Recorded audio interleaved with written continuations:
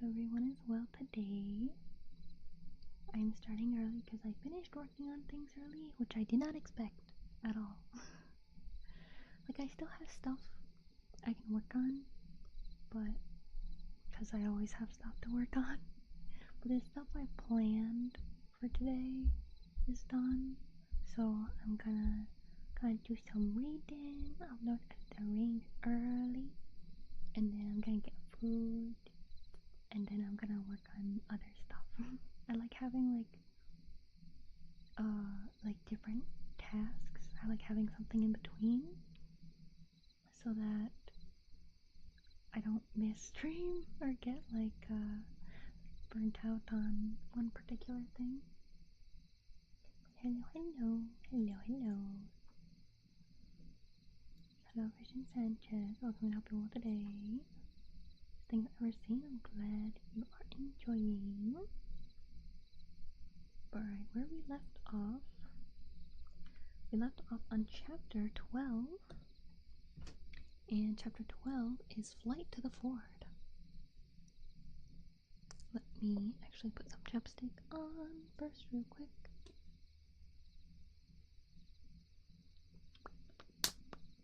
And take a sippy.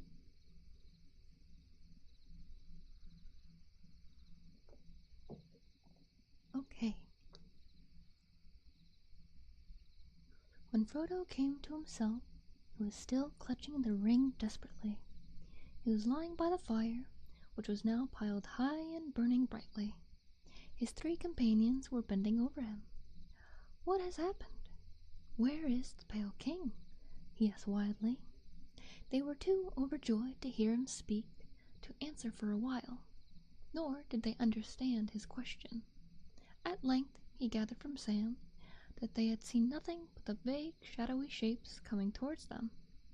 Suddenly, to his horror, Sam found that his master had vanished, and at that moment a black shadow rushed past him, and he fell.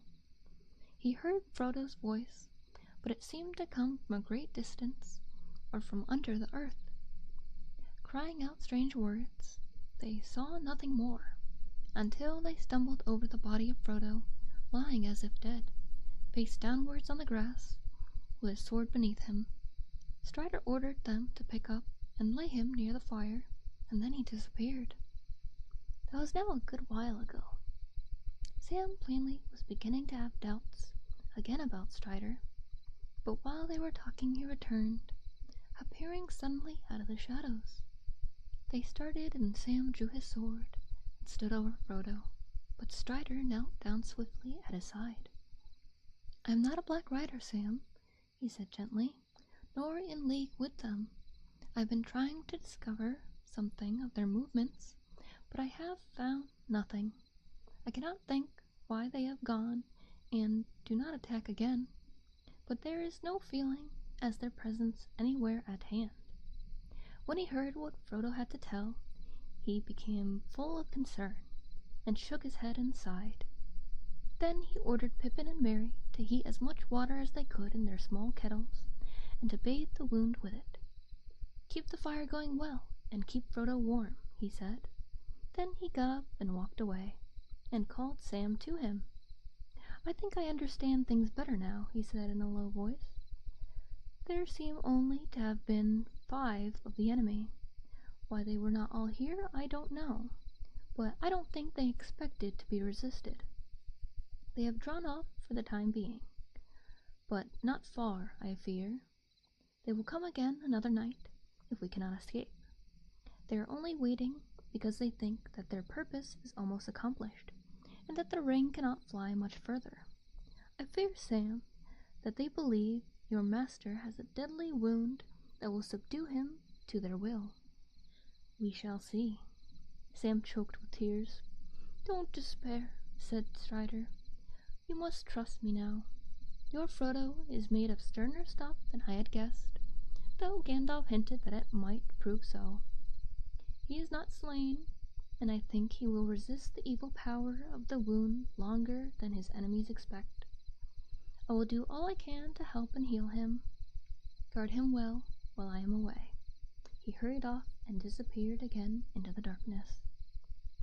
Frodo dozed through the pain of his wound was slowly growing, and a deadly chill was spreading from his shoulder to his arm and side. His friends watched over him, warming him and bathing his wound. The night passed slowly and warily.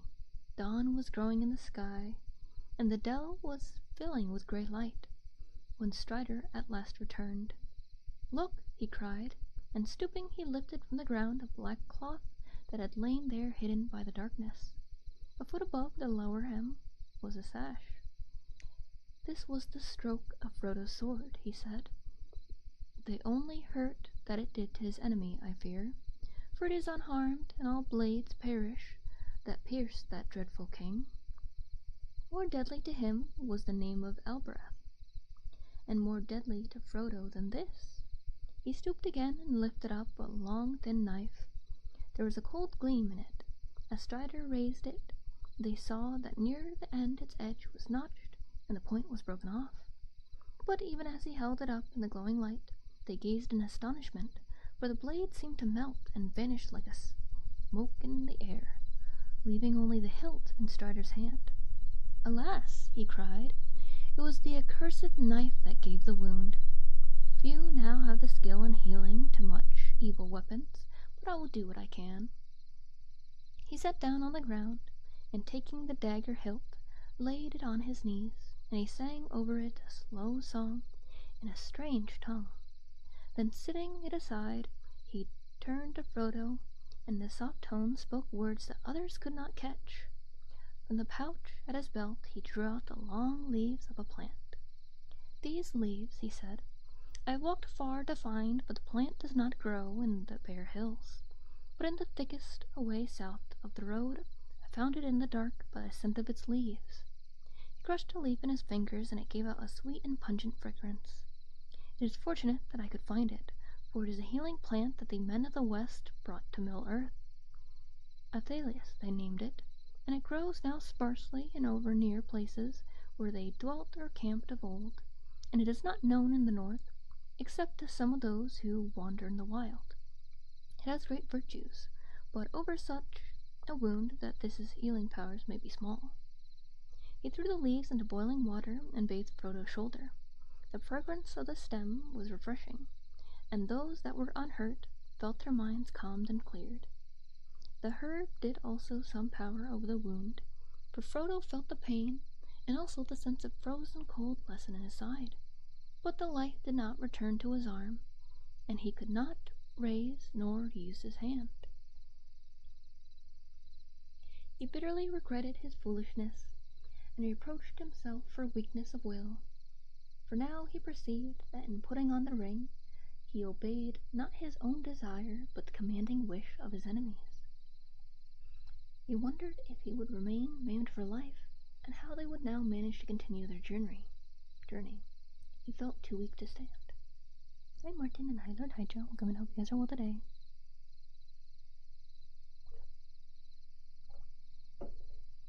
Only older things can be read, or else you get in trouble. So berserk cannot be done. The others were discussing this very question. They quickly decided to leave Weathertop as soon as possible. "I think now," said Strider, "the enemy has been watching this place for some days. If Gandalf ever came here, then he must have been forced to ride away, and he will not return. In any case, we are in great peril here after dark, since the attack of last night, and we can hardly meet greater danger wherever we go." As soon as the daylight was full, they had some hurried food and packed. It was impossible for Frodo to walk, so they divided the greater part of their baggage among the four of them, and put Frodo on the pony. In the last few days the poor beast had improved wonderfully. It already seemed fatter and stronger, and had begun to show an affection for its new masters, especially for Sam. Bill Ferny's treatment must have been very hard for the journey in the wild to seem so much better than its former life. They started off in a southerly direction.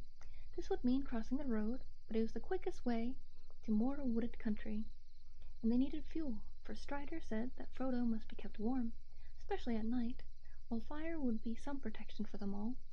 It was also his plan to shorten their journey by cutting across another great loop of the road, East beyond Weathertop, it changed its course and took a wide bend northwards. They made their way slowly and cautiously round the southwestern slopes of the hill, and came in a little while to the edge of the road. There was no sign of the riders, but even as they were hurrying across the head, far away two cries, a cold voice calling and a cold voice answering.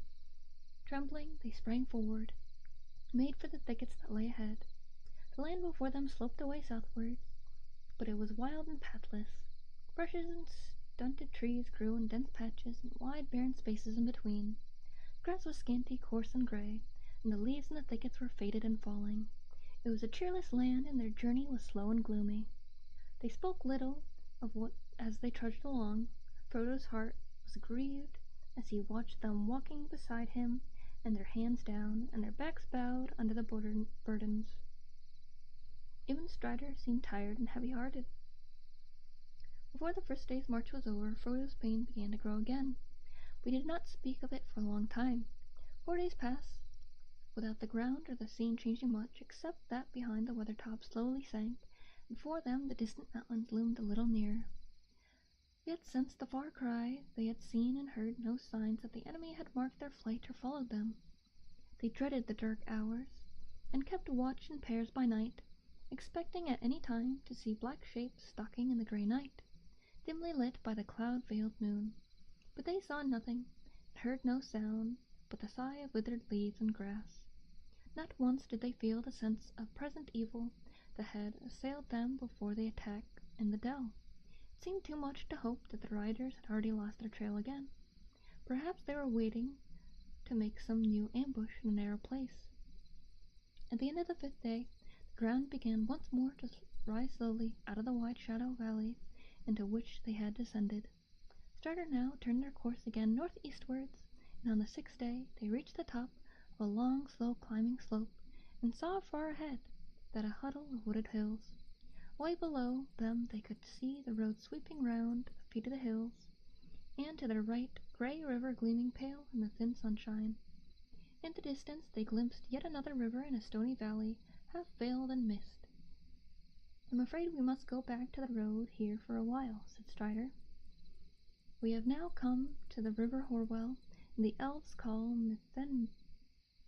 Mithentheil. It flows down out of the Ettermoors, the Troll Fells north of Rivendell, and joins the Loudwater away in the south. Some call it the Grey Flood after that. It was a great water before it finds the sea. There is no way over it below its sources in the Entmoors, except by the last bridge of which the road crosses." "What is the other river we can see far away there?" asked Merry. "That is Loudwater, the Brunian of Rivendell," answered Strider. "The roads run along the edge of the hills for many miles, from the bridge to the ford of Brunian, but I have not yet thought how we shall cross that water. One river at a time. We shall be fortunate indeed if we do not find the last bridge held against us." Next day, early in the morning, they came down again to the borders of the road. Sam and Strider went forward, but they found no sign of any travelers or riders. Here, under the shadow of the hills, there had been some rain. Strider judged that it had fallen 2 days before, and had washed away all footprints. No horseman had passed since then, as far as he could see. They hurried along with all the speed they could make, and after a mile or two they saw the last bridge ahead, at the bottom of the short, steep slope. They dreaded to see black figures waiting there, but they saw none. Strider made them take cover in a thicket at the side of the road, while he went forward to explore. Before long he came hurrying back. "I can see no sign of the enemy," he said, "and I wonder very much what that means. But I have found something very strange." He held out his hand and showed a single pale green jewel. "I found it in the mud, in the middle of the bridge," he said. "It is a beryl, an elfstone. Whether it was set there or let fall by chance I cannot say, but it brings hope to me. I will take it as a sign that we may pass the bridge, but beyond that I dare not keep to the road without some clear token." At once they went on again. They crossed the bridge in safety, hearing no sound but the water swirling against its 3 great arches. A mile further on they came to a narrow ravine that led away northwards through the steep lands on the left of the road. Here Strider turned aside, and soon they were lost in the sombre country of dark trees winding among the feet of solemn hills. The hobbits were glad to leave the cheerless lands and perilous road behind them, but this new country seemed threatening and unfriendly. As they went forward, the hills about them steadily rose. Here and there upon heights and ridges they caught glimpses of ancient walls of stone and the ruins of towers. They had an ominous look. Frodo, who was not walking, had time to gaze ahead and think. He recalled Bilbo's account of his journey, and the threatening towers on the hills north of the road, and the country near the Troll's Wood, where his first serious adventure had happened. Frodo guessed that they were now in the same region, and wondered if by chance they would pass near the spot. "Who lives in this land?" he asked, "and who built these towers? Is this troll country?" "No," said Strider, "trolls do not build. No one lives in this land. Men once dwelt here ages ago, but none remain now. They became an evil people, as legends tell, for they fell under the shadow of Agmar. But all were destroyed in the war that brought the North Kingdom to its end. But that is now so long ago that the hills have forgotten them, though a shadow still lies on the land." "Where did you learn such tales, if all the land is empty and forgetful?" asked Peregrine. "The birds and beasts do not tell tales of that sort." "The heirs of Arendelle do not forget. All things pass," said Strider, "and many more things than I can tell are remembered in Rivendell." "Have you often been to Rivendell?" asked Frodo. "I have," said Strider. "I dwelt there once, and still I return when I may. There my heart is, but it is not my fate to sit in peace, even in the fair house of Elrond." The hills now began to shut them in. The road behind held on its way to the river Brunnen, and both were now hidden from view. The travelers came into a long valley, narrow, deeply cloven, dark and silent. Trees with old and twisted roots hung over cliffs and piled up behind into mounting slopes of pine wood. The hobbits grew very weary. They advanced slowly, for they had to pick their way through a pathless country encumbered by fallen trees and tumbled rocks.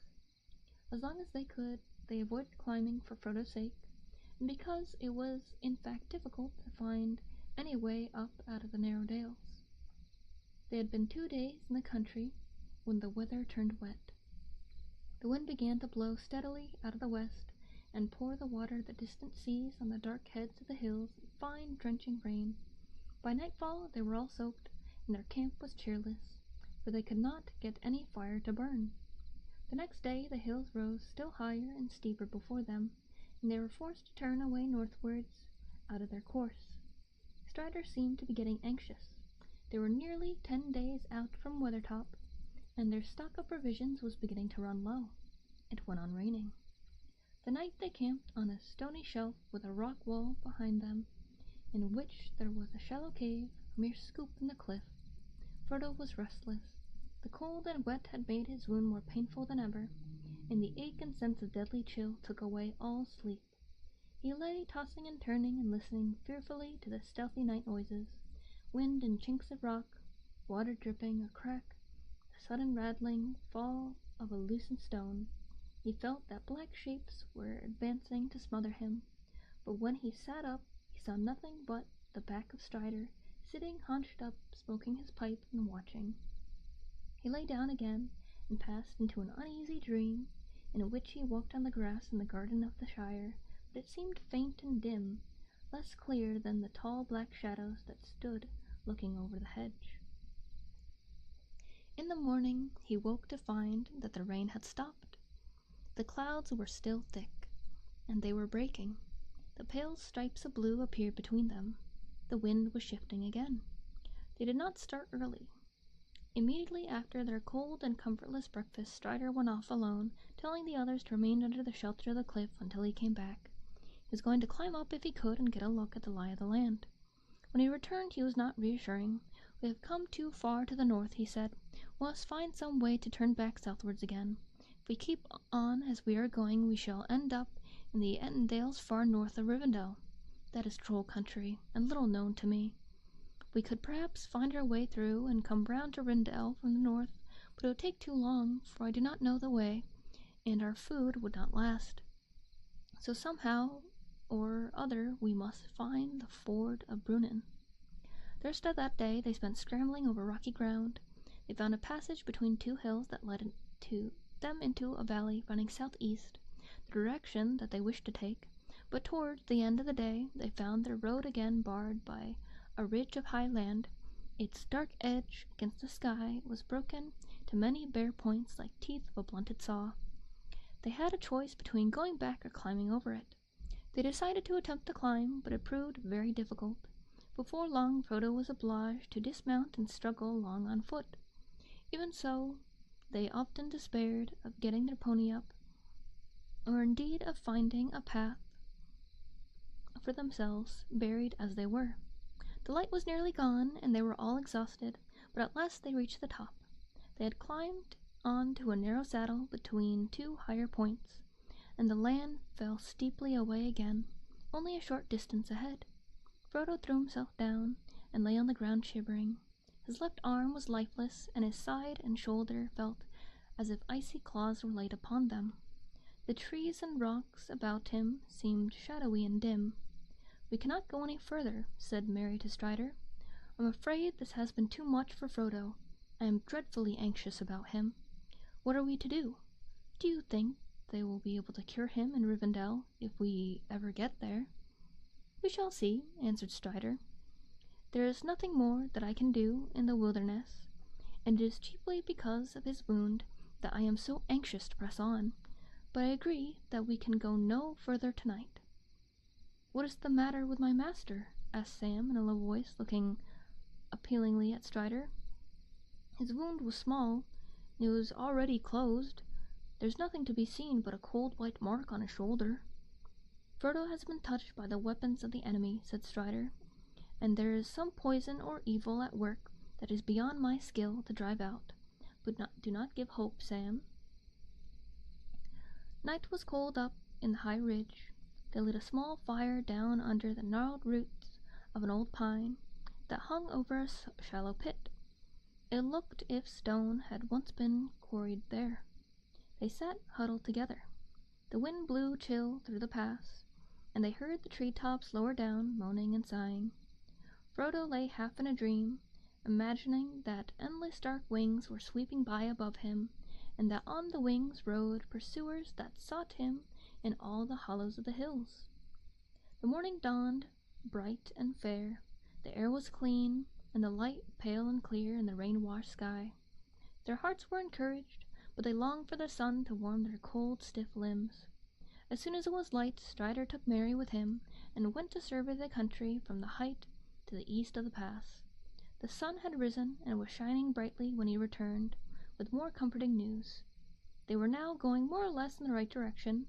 If they went on, down the further side of the ridge, they would have the mountains on their left. Some way ahead Strider had caught a glimpse of the Loudwater again, and he knew that, though it was hidden from view, the road to the ford was not far from the river and lay on the side nearest to them. "We must make for the road again," he said. "We cannot hope to find a path through these hills. Whatever danger may beset it, the road is our only way to the ford." As soon as they had eaten, they set out again. They climbed slowly down the southern side of the ridge, but the way was much easier than they had expected, for the slope was far less steep on this side, and before long Frodo was able to ride again. Bill Ferny's poor old pony was developing an unexpected talent for picking out a path, and for sparing its rider as many jolts as possible. The spirits of the party rose again. Even Frodo felt better in the morning light, but every now and again a mist seemed to obscure his sight, and he passed his hands over his eyes. Pippin was a little ahead of the others. Suddenly he turned around and called to them. "There's a path here," he cried. When they came up with him, they saw that he had made no mistake. There were clearly the beginnings of a path that climbed with many windings out of the woods below and faded away on the hilltop behind. In places it was now faint and overgrown, or choked with fallen stones and trees, but at one time it seemed to have much use. It was a path made by strong arms and heavy feet. Here and there old trees had been cut or broken down, and large rocks cloven or heaved aside to make a way. They followed the track for some while, for it offered watched the easiest way down, and they went cautiously, and their anxiety increased as they came into the dark woods, and the path grew plainer and broader. Suddenly, coming out of a belt of fir trees, it ran steeply down a slope, and turned sharply to the left round the corner of a rocky shoulder of the hill. When they came to the corner, they looked round and saw that the path ran on over a level strip under the face of a low cliff, overhung with trees. In the stony wall there was a door hanging crookedly ajar upon one great hinge. Outside the door they all halted.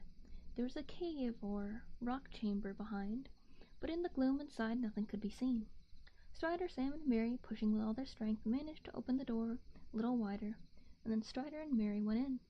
They did not go far, for on the floor lay many old bones, and nothing else was to be seen near the entrance except some great empty jars and broken pots. I'll take it with a sip. Y'all take that now.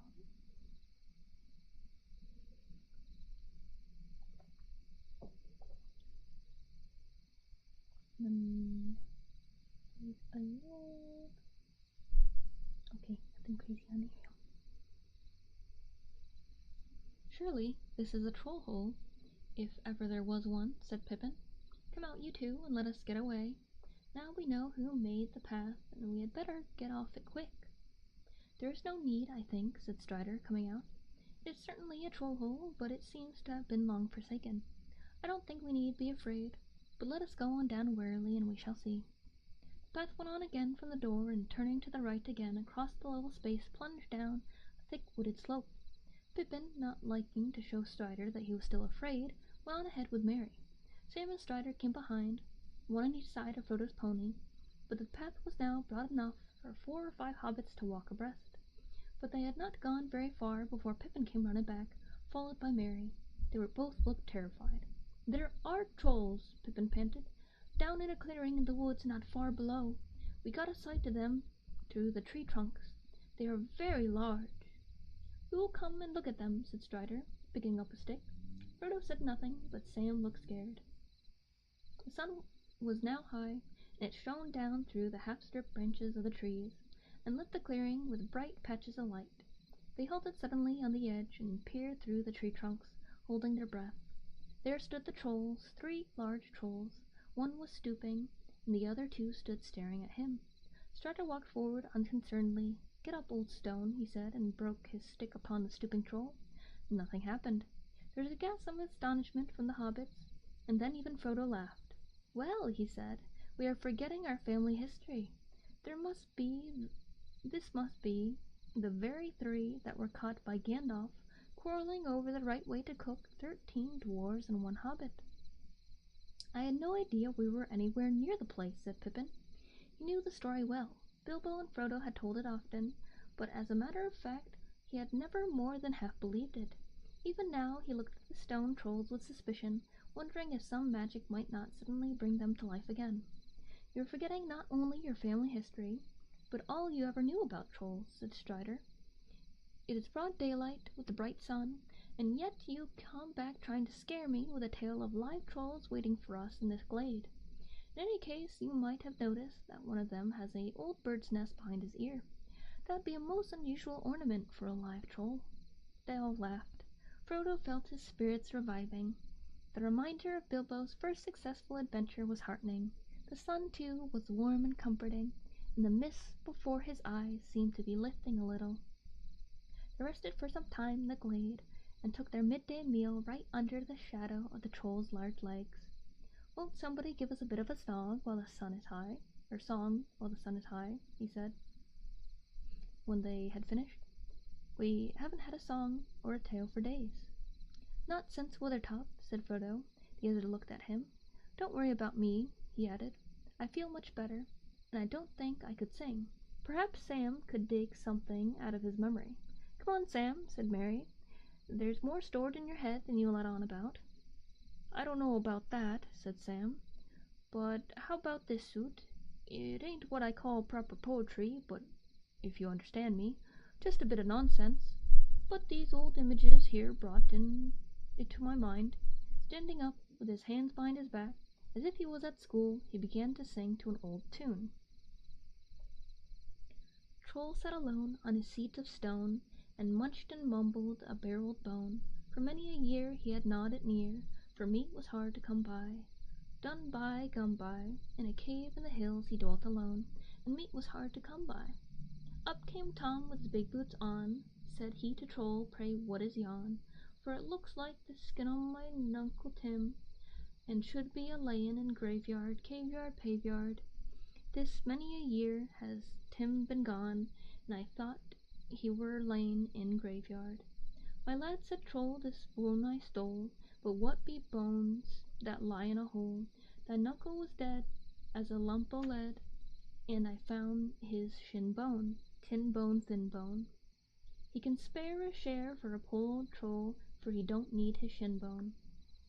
Said Tom, "I don't see why the likes of thee, without axing leave, should go making free with a shrink or a shin o' my father's kin. So hand the old bone over, rover trover, though dead he be, it belongs to he, so hand the old bone over. For a couple o' pins," says Trolls and grins, "I'll eat thee too and gnaw thy shins. A bit o' fresh meat will go down sweet. I'll try my teeth on thee now. He now, see now, I tried o' gnawing old bones and skins. I've a mind to dine on thee now." But just as he thought his dinner was caught, he found his hands had hold for naught. Before he could mind, Tom slipped behind and gave him the boot to larn him, warn him, darn him. A bump of the boot on his seat, Tom thought, would be the way to larn him. But harder than stone in the flesh and bone of a Troll that sits in the hills alone, as well set your boot to the mountain's root, for the seat of a Troll don't feel it, peel it, heel it. Old Troll laughed when he heard Tom groan, and he knew his toes could feel it. Tom's leg is game since home he came, and his bootless foot is lasting lame. But Troll don't care, and he's still there, with the bone he boned from its owner, boner. Troll's old seat is still the same, and the bone he boned from its owner. "Well, that's a warning to us all," laughed Mary. "If it is well you used a stick, and not your hand, Strider." "Where did you come by that, Sam?" asked Pippin. "I've never heard those words before." Sam wondered, something inaudible. "It's out of his own head, of course," said Frodo. "I am learning a lot about Sam Gamgee on this journey. First he was a conspirator, now he's a jester. He'll end up by becoming a wizard or a warrior." "I hope not," said Sam. "I don't want to be neither." In the afternoon they went on down the woods. They were probably following the very track that Gandalf, Bilbo, and the dwarves had used many years before. After a few miles they came out at the top of a high bank above the road. At this point the road had left the Horwell far behind in its narrow valley, and now come close to the feet of the hills, rolling and winding eastward among woods and heather-scoped slopes towards the ford of the mountains. Not far down the bank Strider pointed out a stone in the grass. One roughly cut and now much weathered, could still be seen dwarf runes and secret marks. "There," said Mary. "That must be the stone that marked the place where the Troll's gold was hidden. How much is left of Bilbo's share, I wonder, Frodo?" Frodo looked at the stone and wished that Bilbo had brought home no treasure more perilous nor less easy to part with. "None at all," he said. "Bilbo gave it all away. He told me he did not feel it was really his, as it came from robbers." The road lay quiet under the long shadows of the early evening. There was no sign of any other travelers to be seen. As there was now no other possible course for them to take, they climbed down the bank and, turning left, went off as fast as they could. Soon a shoulder of the hills cut off the light of the fast westering sun. A cold wind flowed down to meet them from the mountains ahead. They were beginning to look out for a place off the road where they could camp for the night, when they heard a sound that brought sudden fear back into their hearts. The noise of hoofs behind them. They looked back. They could see not as far because of the many windings and rollings of the road. As quickly as they could they scrambled off the beaten way and up into the deep heather and bilberry brushwood on the slopes above, until they came to a small patch of thick growing hazels. As they peered out from among the bushes, they could see the road. The sound of hoofs drew nearer. They were going fast with a light clippity-clap, then faintly, as if it was blown away from them by the breeze, they seemed to catch a dim ringing, as if the small bells tinkling. That does not sound like a Black Rider's horse, said Frodo, listening intently. The other hobbits agreed hopefully that it did not, but they all remained full of suspicion. They had been in fear of pursuit for so long that the sound from behind seemed ominous and unfriendly. But Strider was now leaning forward, stooped to the ground, with a hand to his ear, and a look of joy on his face. The light faded, and the leaves on the bushes rustled softly. Clearer and nearer now the bells jingled, and clippity-clap came a quick trotting feet. Suddenly into view below came a white horse gleaming in the shadows, running swiftly. In the dusk, its headstall flickered and flashed, as if it were studded with gems like living stars. The rider's cloak streamed behind him, and his hood was thrown back, his golden hair flowing shimmering in the wind of his speed. To Frodo it appeared that a white light was shining through the form and remnant of the rider, as if through a thin veil. Strider sprang from hiding and dashed down towards the road, leaping with a cry through the heather. But even before he had moved or called, the rider had reined in the horse and halted, looking up towards the thickets where they stood. When he saw Strider, he dismounted and ran to meet him, calling out, "Aina vendri donothon, my gavenen." Elvish is hard. His speech and clear ringing voice left no doubt in their hearts. The rider was of the elven folk. No others that dwelt in the wide world had voices so fair to hear, but there seemed to be a note of haste to fear in his call, and they saw that he was now speaking quickly and urgently to Strider. Soon Strider beckoned to them, and the hobbits left the bushes and hurried down to the road. "This is Glorfindel, who dwells in the house of Elrond," said Strider. "Hail and well met at last," said the elf tongue to Frodo. "I was sent from Rivendell to look for you. We feared that you were in danger upon the road." "Then Gandalf has reached Rivendell?" cried Frodo joyfully. "No, he has not. He had not when I departed, but that was 9 days ago," answered Glorfindel. "Elrond received news that troubled him. Some of my kindred, journeying in your land beyond the Brenduin, learned that things were amiss, and sent messages as swiftly as they could. They said that the 9 were abroad, and that you were astray, bearing a great burden without guidance, for Gandalf had not returned. There were few even in Rivendell that could ride openly against the 9, but such as there were, Elrond sent out north, west, and south. It was thought that you might turn far aside to avoid pursuit, and become lost in the wilderness. It was my lot to take the road, and I came to the bridge of Mithenril, and left a token there nigh on 7 days ago. 3 of the servants of Sauron went upon the bridge, and they withdrew, and I pursued them westward. I came also upon 2 others, but they turned away southward. Since then I have searched for your trail. 2 days ago I found it, and followed it over the bridge, and today I marked where you descended from the hills again. But come, there is no time for further news. Since you are here, we must risk the peril of the road and go. There are 5 behind us, and when they find your trail upon the road, they will ride after us like the wind. And they are not all. Where the other 4 may be, I do not know. I fear that we may find the ford is already held against us." While Glorfindel was speaking, the shades of evening deepened. Frodo felt a great weariness come over him. Ever since the sun began to sink, the mist before his eyes had darkened, and he felt that a shadow was coming between him and the faces of his friends. Now pain assailed him, and he felt cold. He swayed, clutching at Sam's arm. "My master is sick and wounded," said Sam angrily. "He can't go on riding after nightfall. He needs rest."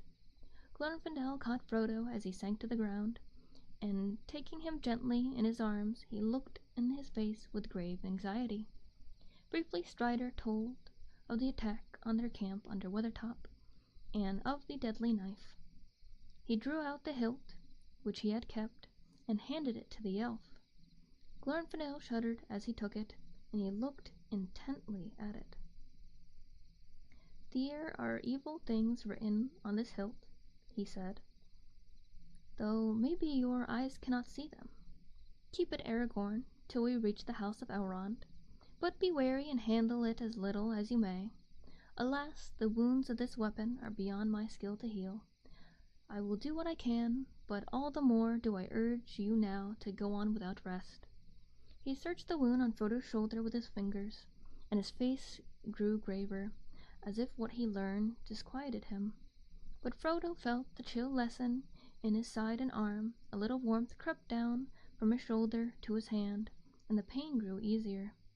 The dusk of evening seemed to grow lighter about him, as if a cloud had been withdrawn. He saw his friends' faces more clearly again, and a measure of new hope and strength returned. "You shall ride my horse," said Glorfindel.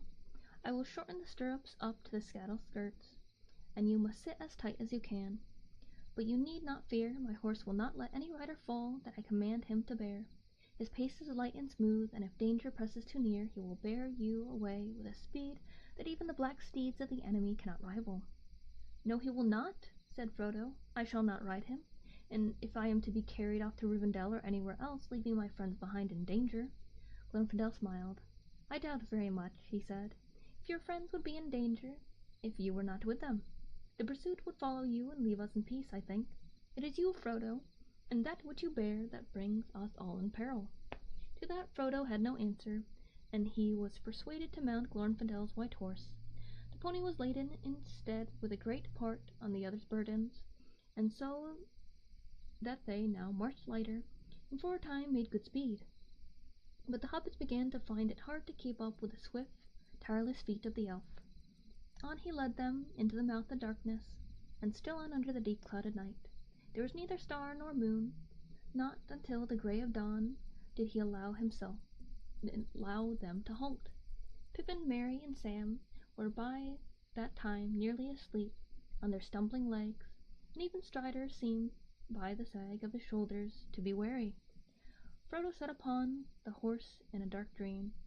They cast themselves down in the heather a few yards from the roadside and fell asleep immediately. They seemed hardly to have closed their eyes when Glorfindel, who had set himself to watch while they slept, awoke them again. The sun had now climbed far into the morning, and the clouds and mists of the night were gone. "Drink this," said Glorfindel to them, pouring for each in turn a little liquor from his silver-studded flask of leather. It was clear as spring water and had no taste, and did not feel either cool or warm in the mouth, but strength and vigor seemed to flow into all their limbs as they drank it. Eaten after that draught, the stale bread and dried fruit, which was now all they had left, seemed to satisfy their hunger better than many a good breakfast in the Shire had done. They had rested rather less than 5 hours when they took to the road again. Glorfindel still urged them on, and only allowed 2 brief halts during the day's march. In this way they covered almost 20 miles before nightfall, and came to a point where the road bent right and ran down towards the bottom of the valley, now making straight for the Brunnen. So far there had been no sign or sound of pursuit that the hobbits could see or hear, but Glorfindel would halt and listen for a moment. They lagged behind, and a look of anxiety clouded his face. Once or twice he spoke to Strider in the elf tongue. But however anxious their guides may be, it was plain that the hobbits could go no further that night. They were stumbling along dizzy with weariness and unable to think of anything but their feet and legs. Frodo's pain had redoubled, and during the day things about him faded to shadows of ghostly grey. He almost welcomed the coming of night, for then the world seemed less pale and empty. The hobbits were still weary when they set out again early next morning. There were many miles yet to go between them and the ford, and they hobbled forward at the best pace they could manage. "Our peril will be greatest just ere we reach the river," said Glorfindel, "for my heart warms me that the pursuit is now swift behind us, and other danger may be waiting by the ford." The road was still running steadily downhill, and there was now in places much grass at either side, in which the hobbits walked when they could to ease their tired feet. In the late afternoon they came to a place where the road went suddenly under the dark shadow of tall pine trees, and then plunged into a deep cutting with steep moist walls of red stone. Echoes ran along as they hurried forward, and there seemed to be a sound of many footfalls following their own.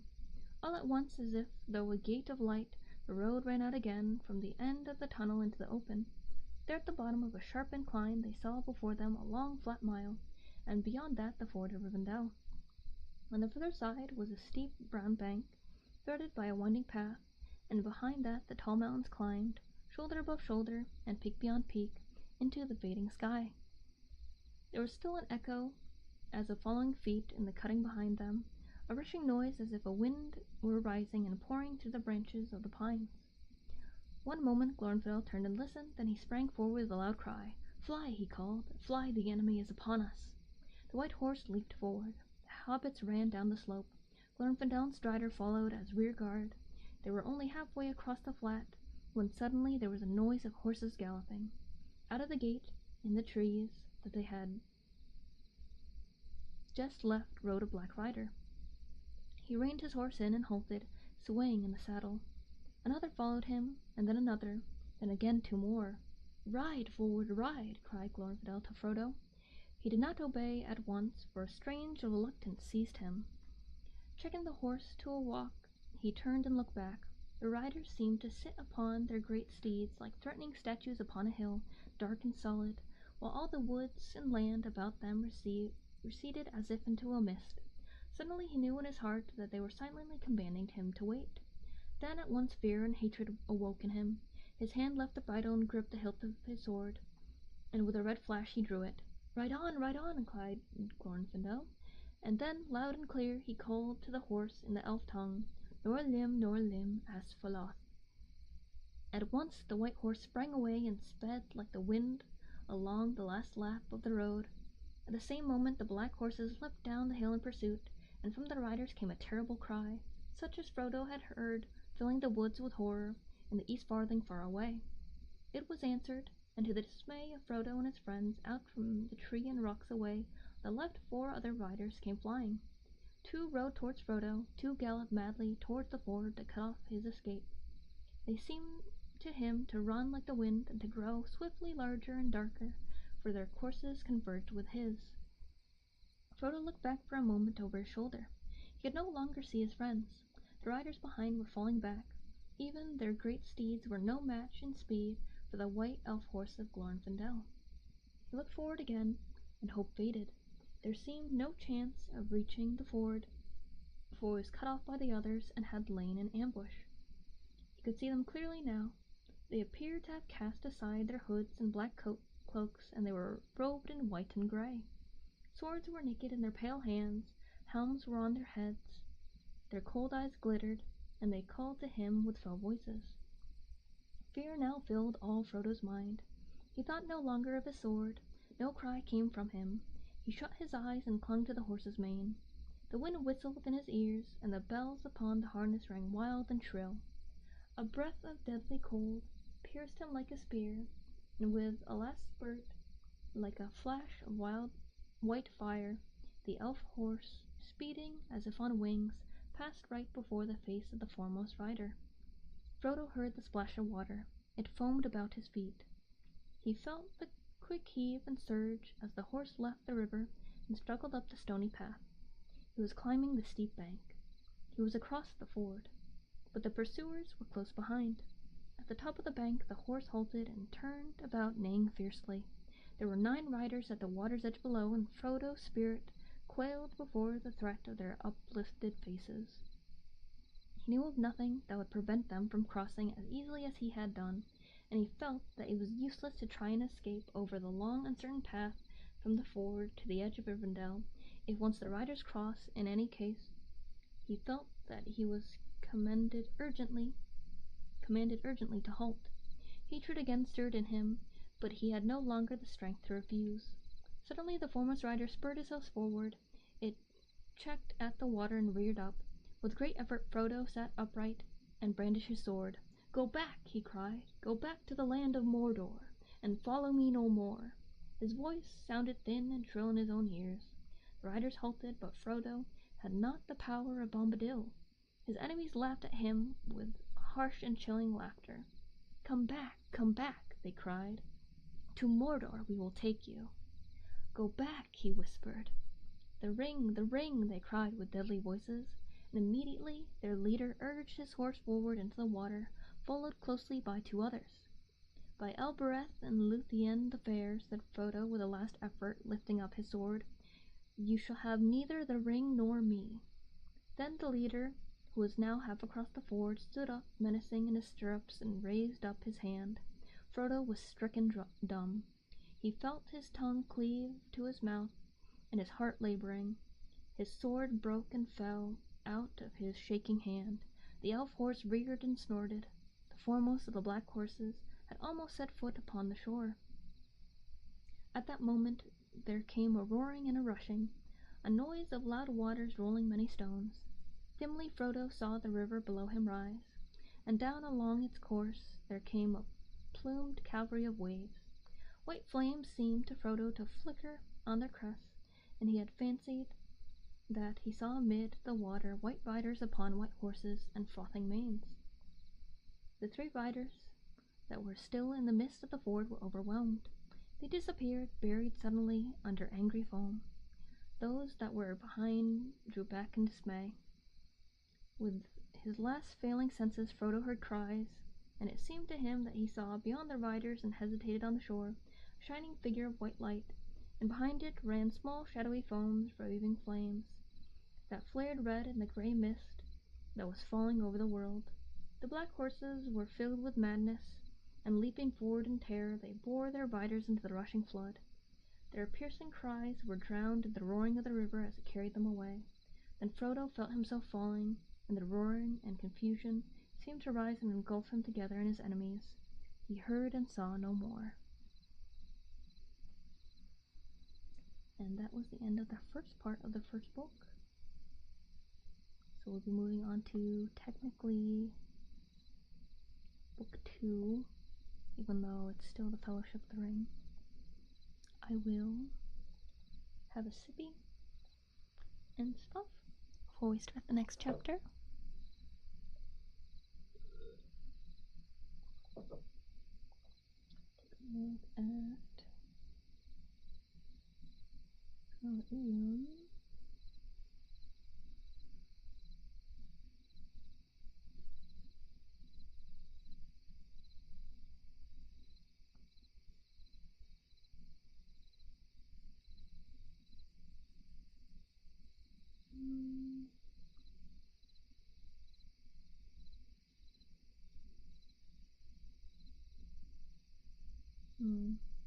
looks like we got someone strange.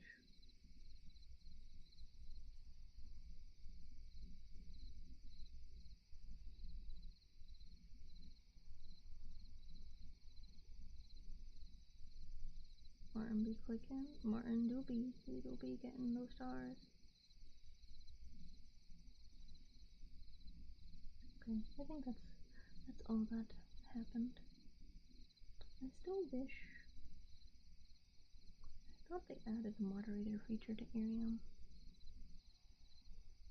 Wish I could. Can I? No, I don't think so. I don't think it's enabled quite yet. Okay, let's see. How long was that chapter? Started to add page 92, and we are now at 214. So that's like a bit over 20 pages. Was that chapter? That's up on one of those. Sorry, continue now. Oh, it's okay. I'll try and look into it more. Maybe there's a setting somewhere else I can do. But we will be starting the second part of the book. So chapter 1 of that, many meetings. Frodo woke and found himself lying in bed. At first he thought that he had slept late, after a long and pleasant dream that still hovered on the edge of memory, or perhaps he had been ill. But the ceiling looked strange. It was flat, and it had dark beams richly carved. He lay a little while longer, looking at patches of sunlight on the wall, and listening to the sound of waterfall. "Where am I, and what is the time?" he said aloud to the ceiling. "In the house of Elrond, and it is 10 o'clock in the morning," said a voice. "It is the morning of October the 24th, if you want to know." "Gandalf!" cried Frodo, sitting up. There was the old wizard sitting in a chair by the open window. "Yes," he said, "I am here, and you are lucky to be here too. after all the absurd things you have done since you left home." Frodo lay down again. He felt too comfortable and peaceful to argue, and in any case he did not think he would get the better of an argument. He was fully awake now, and the memory of his journey was returning. The disastrous short-cut through the old forest, the accident at the prancing pony, and his madness in putting on the ring in the dell under Weathertop. While he was thinking of all these things and trying in vain to bring the memory down to his arriving in Rivendell, there was a long silence, broken by the soft puffs of Gandalf's pipe, as he blew white smoke rings out of the window. "Where's Sam?" Frodo asked at length. "And are the others all right?" "Yes, they are all safe and sound," said Gandalf. "Sam was here until I sent him off to get some rest about half an hour ago." "What happened at the ford?" said Frodo. "It all seemed so dim, somehow, and it still does." "Yes, it would. You are beginning to fade," answered Gandalf. "The wound was overcoming you at last. A few more hours and you would have been beyond our aid. But you have some strength in you, my dear hobbit, as you showed in the Barrow. That was touch and go, perhaps the most dangerous moment of all. I wish you could have held out at Weathertop." "You seem to know a great deal already," said Frodo. "I have not spoken to the others about the Burrow. At first it was too horrible, and afterwards there were other things to think about. How do you know about it?" "You have talked long in your sleep, Frodo," said Gandalf gently, "and it has not been hard for me to read your mind and memory. Do not worry, though I said observe just now, I did not mean it. I think well of you and of the others. It is no small feat to have come so far, and through such dangers, still bearing the ring." "We should never have done it without Strider," said Frodo, "but we needed you. I did not know what to do without you." "I was delayed," said Gandalf, "and that nearly proved our ruin. And yet, I am not sure. It may have been better so." "I wish you would tell me what happened." "All in good time," said Gandalf. "You're not supposed to talk or worry about anything today, by Elrond's orders." "But talking would stop me thinking and wondering, which are quite as tiring," said Frodo. "I am wide awake now, and I remember so many things that want explaining. Why were you delayed? You ought to tell me that at least." "You will soon hear all you wish to know," said Gandalf. "We shall have a council as soon as you are well enough. At the moment, I will only say that I was held captive." "You?" cried Frodo. "Yes, I, Gandalf the Grey," said the wizard solemnly. "There are many powers in the world, for good or for evil. Some are greater than I am. Against some I have not yet been measured, but my time is coming. The Morgul Lord and his black riders have come forth. War is preparing." "Then you know of the riders already, before I met them?" "Yes, I knew of them. Indeed, I spoke of them once to you. For the Black Riders are the Ring-Wraiths and 9 servants of the Lord of the Rings. But I did not know that they had arisen again, or I should have fled with you at once. I heard news of them not only after I left you in June, but the story must wait. For the moment we have been saved from disaster by Aragorn." "Yes," said Frodo, "it was Strider that saved us. And yet I was afraid of him at first. Sam never quite trusted him, I think. Not at any rate until we met Glorfindel." Gandalf smiled.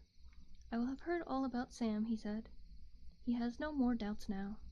"I am glad," said Frodo, "for I have become very fond of Strider." "Well, fond is not the right word. I mean he is dear to me, though he is strange and grim at times. In fact, he reminds me often of you. I didn't know that any of the big people were like that. I thought, well, that they were just big and rather stupid, kind and stupid like Butterbur, or stupid and wicked like Bill Ferny. But then we don't know much about men in the Shire, or perhaps the Brelanders." "You don't know much even about them, if you think old Barlaam is stupid," said Gandalf. "He is wise enough on his own ground. He thinks less than he talks, and slower, yet he can see through a brick wall in time, as they say in Bree. But there are few left in Middle-earth like Aragorn, son of Arathorn. The race of the kings from over the sea is nearly at the end. It may be that the Sword of the Ring will be their last adventure." Hold on, I want to take a sip again.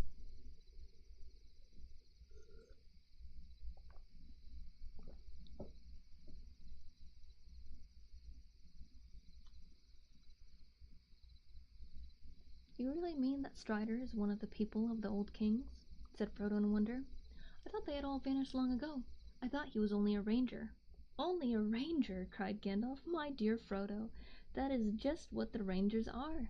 The last remnant in the north of the great people, the men of the west. They had helped me before, and I shall need their help in the days to come, for we have reached Rivendell, and the ring is not yet at rest. I suppose not, said Frodo, but so far my only thought has been to get here, and I hope I shan't have to go any further. It is very pleasant just to rest. I have had a month of exile and adventure, and I find that has been as much as I want. He fell silent and shut his eyes. After a while he spoke again. I have been reckoning, he said, and I can't bring the total up to October the 24th. It ought to be the 21st. We must have reached the ford by the 20th. You have talked and reckoned more than is good for you, said Gandalf. How do the side and shoulder feel now? I don't know, Frodo answered. They don't feel at all, which is an improvement, but he made an effort. I can move my arm again a little. Yes, it is coming back to life. It is not cold, he added, touching his left hand with his right. Good, said Gandalf. It is mending fast. You will soon be sound again. Elrond has cured you. He has tended you for days, ever since you were brought in. Days, said Frodo. Well, 4 nights and 3 days, to be exact. The elves brought you from the ford on the night of the 20th, and that is where you lost count. We have been terribly anxious, and Sam has hardly left your side, day or night, except to run messages. Elrond is a master of healing, but the weapons of our enemy are deadly. To tell the truth, I had very little hope, for I suspected that there was some fragment of the blade still in the closed wound, but it could not be found until last night. Then Elrond removed the splinter. It was deeply buried, and it was working inwards. Frodo shuddered, remembering the cool knife with notched blade that had vanished in Strider's hands. Don't be alarmed, said Gandalf.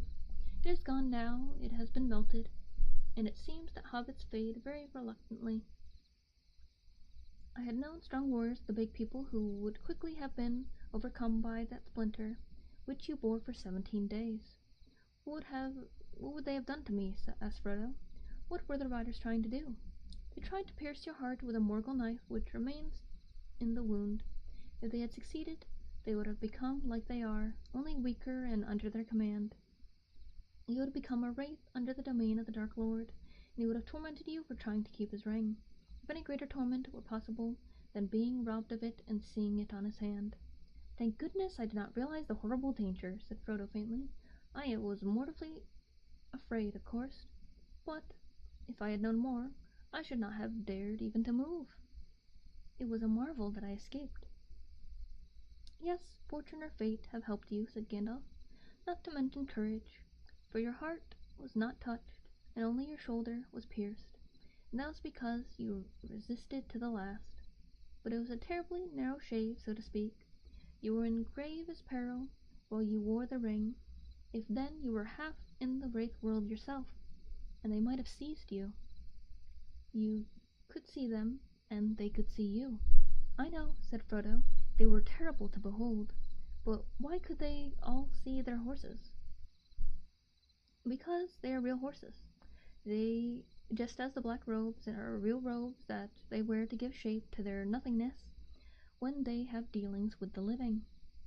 Then why do these black horses endure such riders? All other animals are terrified when they draw near, even the elf horse of Glorfindel. The dogs howl and the geese scream at them. Because these horses are born and bred to the service of the Dark Lord in Mordor, not all his servants are chattels and wraiths. There are orcs and trolls, there are wargs and werewolves, and there had been and still are many men, warriors and kings, that walk alive under the sun, and yet are under his sway, and their number is growing daily. What about Rivendell and the elves? Is Rivendell safe? Yes, at present, until all else is conquered. The elves may fear the Dark Lord, and they may fly before him, but never again will they listen to him or serve him.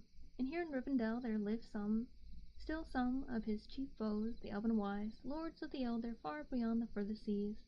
They do not fear the ring-wraiths, for those who have dwelt in the blessed realm live at once in both worlds, and against both the seen and the unseen they have great power. I thought that I saw a white figure that shone and did not grow dim like the others. Was that Glorfindel then? Yes, you saw him for a moment, and he is upon the other side. One of the mighty of the firstborn, he is an elf lord of a house of princes. Indeed, there is a power in Rivendell to withstand the might of Mordor for a while, and elsewhere other powers still dwell. There is power, too, of another kind in the Shire, but all such places will soon become islands under siege, if things go on as they are going. The Dark Lord is putting forth in his strength. Still, he said, standing suddenly up and sticking out his chin, while his beard went stiff and straight like bristling wire. We must... Oh, hello! Thank you for the raid, Clarity Cat readings. Welcome in. Hope you are all well today. Hope you had a lovely stream. Let me give you a shout out really quick. Feel free to go get something to drink, something to eat, or head to bed if you need. But hold on, I need to think to spell. Hold on, hold on. I can spell. Reading. Okay, I did it. But hello, I am Beatrice Alfbern. I drew and rigged at my model myself. I drew my background and lots of my other things. I do most things myself. But hello. Having lovely, we bring the cozy vibes to you too. Yay! Positive vibes. That is what you will find here as well. I am a wholesome streamer who does mostly sleep aid kind of ASMR. So I do reading, or just positive affirmations, or a small role plays where we adventure in the forest and stuff. I do play games sometimes though. And every Sunday I have a community day where we watch movies and we play games together and stuff. Trying to remember more about me. I keep forgetting to write a script when I get rated. Because I'm like, oh, who am I? What do I do? I don't remember. I think that's... Yeah, I am artist. I am ASM artist. Yeah. Yes, that is me. But we are still on the first book of The Lord of the Rings, which is The Fellowship of the Ring. We are a little over halfway through it, I would say. We have entered the second part just recently, which is marked as book 2. And we're on the first chapter of that, part of the way through. Frodo has just woken up in Rivendell.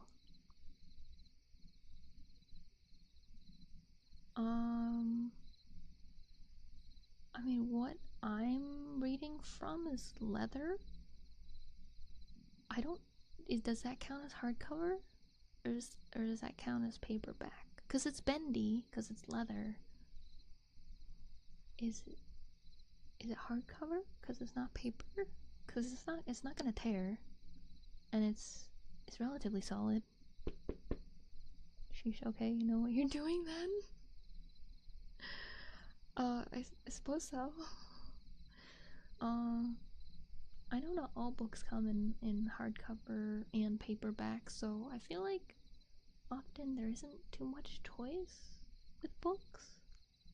But I haven't bought any new books in quite a long time, so I'm not sure how it is these days. Ancient text? I feel like I prefer hardcover if I can have it, because paperback is, well, more prone to damage, I think.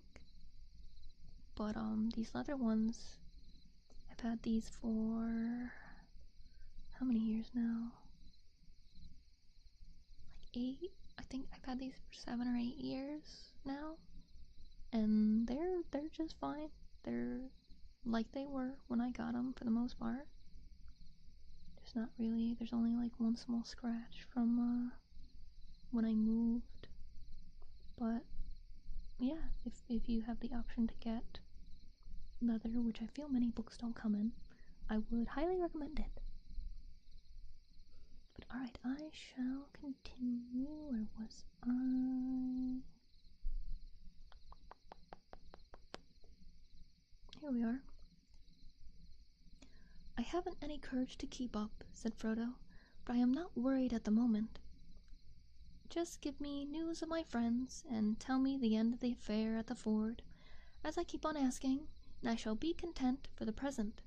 After that, I shall have another sleep, I think, but I shan't be able to close my eyes until you have finished the story for me." Gandalf moved his chair to the bedside, and took a good look at Frodo. The color had come back to his face, and his eyes were clear, and fully awake and aware. He was smiling, and there seemed to be little wrong with him. But to the wizard's eye there was a faint change, just a hint as if it were of transparency about him, and especially about the left hand that lay outside upon the coverlet. Is that the blanket? Still, that must be expected, said Gandalf to himself. He is not half through yet, and to what he will come in the end not even Elrond can foretell. Not to evil, I think. He may become like a glass filled with a clear light for eyes to see that can. "You look splendid," he said aloud. "I will risk a brief tale without consulting Elrond, but quite brief, mind you, and then you must sleep again. This is what happened, as far as I can gather. The riders made straight for you as soon as you fled. They did not need the guidance of their horses any longer. You had become visible to them, being already on the threshold of their world, and also the rings drew them. Your friends sprang aside off the road, and they would have been ridden down. They knew that nothing could save you if the white horse could not. The riders were too swift to overtake and too many to oppose. On foot, even Glorfindel and Aragorn together could not withstand all the 9 at once. When the ring wraiths swept by, your friends ran up behind. Close to the ford there is a small hollow beside the road, masked by a few stunted trees. There they hastily kindled fire, for Glorfindel knew that a flood would come down if the riders tried to cross, and then he would have to deal with any that were left on his side of the river. The moment the flood appeared, he rushed out, followed by Aragorn and the others, with flaming brands. Caught between fire and water, and seeing an elf lord revealed in his wrath, they were dismayed, and their horses were stricken with madness. 3 were carried away by the first assault of the flood. The others were now hurried into the water by their horses and overwhelmed. "And is that the end of the Black Riders?" asked Frodo. "No," said Gandalf. "Their horses must have perished, and without them they are crippled. But the ring wraiths themselves cannot be so easily destroyed. However, there is nothing more to fear from them at present. Your friend crossed after the flood and passed, and they found you lying on your face at the top of the bank, with a broken sword under you. The horse was standing guard beside you. You were pale and cold, and they feared that you were dead, or worse. Elrond's folk met them, carrying you slowly towards Rivendell." "Who made the flood?" asked Frodo. "Elrond commanded it," answered Gandalf. "The river of this valley is under his power, and it will rise in anger when he has great need to bar the ford. As soon as the captain of the ring-wraiths stood into the water, the flood was released. If I may say so, I added a few touches of my own. You may not have noticed, but some of the waves took the form of great white horses with shining white riders, and there were many rolling and grinding boulders. For a moment I was afraid that if we had let loose too fierce a wrath, and the flood would get out of hand and wash you all away. There's great vigor in the waters that come down from the snows of the misty mountains." "Yes, it all comes back to me now," said Frodo. "The tremendous roaring, I thought I was drowning, with my friends and enemies and all. But now we are safe." Gandalf looked quickly at Frodo, but he had shut his eyes. "Yes, you are all safe at the present. Soon there will be feasting and merrymaking to celebrate the victory at the ford of Brunnen, and you will all be there in places of honor." "Splendid," said Frodo. "It is wonderful that Elrond and Glorfindel and such great lords, not to mention Strider, should take so much trouble and show me so much kindness." "Well, there are many reasons why they should," said Gandalf, smiling. "I am one good reason. The ring is another. You are the ring-bearer. And you are the heir of Bilbo, the ring finder." "Dear Bilbo," said Frodo sleepily. "I wonder where he is. I wish he was here and could hear all about it. It would have made him laugh. The cow jumped over the moon, and the poor old troll." With that, he fell fast asleep. Frodo was now safe in the last homely house east of the sea. That house was, as Bilbo had long ago reported, a perfect house, whether you like food or sleep or storytelling or singing, or just sitting and thinking best, or a pleasant mixture of them all. Merely to be there was a cure for weariness, fear, and sadness. As the evening drew on, Frodo woke up again, and he found that he had no longer felt in need of rest or sleep, but had a mind for food and drink, and probably for singing and storytelling afterwards. He got out of bed and discovered that his arm was already nearly as useful again as it ever had been. He found laid ready clean garments of green cloth that fitted him excellently. Looking in a mirror, he was startled to see a much thinner reflection of himself than he remembered. It looked remarkably like young nephew of Bilbo, who used to go tramping with his uncle in the Shire, but the eyes looked out at him thoughtfully. "Yes, you have seen a thing or two since you last peeped out of a looking-glass," he said to his reflection. "But now for our merry meeting." He stretched out his arms and whistled a tune. At that moment there was a knock on the door, and Sam came in. He ran to Frodo and took his left hand awkwardly and shyly. He stroked it gently, and then he blushed and turned hastily away. "Hello, Sam," said Frodo. "It's warm," said Sam. "Meaning your hand, Mr. Frodo. It has felt so cold through the long nights. But glory and trumpets," he cried, turning round again and shining eyes and dancing on the floor. "It's fine to see you up and yourself again, sir. Gandalf asked me to come and see you if you were ready to come down, and I thought he was joking." "I am ready," said Frodo. "Let's go and look for the rest of the party." "I can take you to them, sir," said Sam. "It's a big house, this, and very peculiar. Always a bit more to discover, and no knowing what you'll find round a corner. And elves, sir, elves here and elves there, some like kings, terrible and splendid, and some as merry as children. And the music and the singing, not that I have had the time or the heart for much listening since we got here, but I'm getting to know some of the ways of the place." "I know what you have been doing, Sam," said Frodo, taking his arm, "but you shall be merry tonight, and listen to your heart's content. Come on, guide me round the corners." Sam led him along several passages and down many steps, and out into a high garden above the steep bank of the river. He found his friends sitting in a porch on the side of the house, looking east. Shadows had fallen in the valley below, but there was still a light on the faces of the mountains far above. The air was warm, the sound of running and falling water was loud, and the evening was filled with a faint scent of trees and flowers, as if summer still lingered in Elrond's gardens. "Hooray!" cried Pippin, springing up. "Here's our noble cousin. Make way for Frodo, Lord of the Ring." "Hush!" said Gandalf from the shadows of the back of the porch. "Evil things do not come into this valley, but all the same we should not name them. The Lord of the Ring is not Frodo, but the master of the Dark Tower of Mordor, whose power is again stretching out over the world. We are sitting in a fortress. Outside it's getting dark." "Gandalf has been saying many cheerful things like that," said Pippin. "He thinks I need keeping in order. But it seems impossible somehow to feel gloomy or depressed in this place. I feel I could sing, if I knew the right song for the occasion." "I feel like singing myself," laughed Frodo, "though at the moment I feel more like eating and drinking." "That soon will be cured," said Pippin. "You have shown your usual cunning in getting up just in time for a meal." "More than a meal, a feast," said Merry. "As soon as Gandalf reported that you were recovered, the preparations began."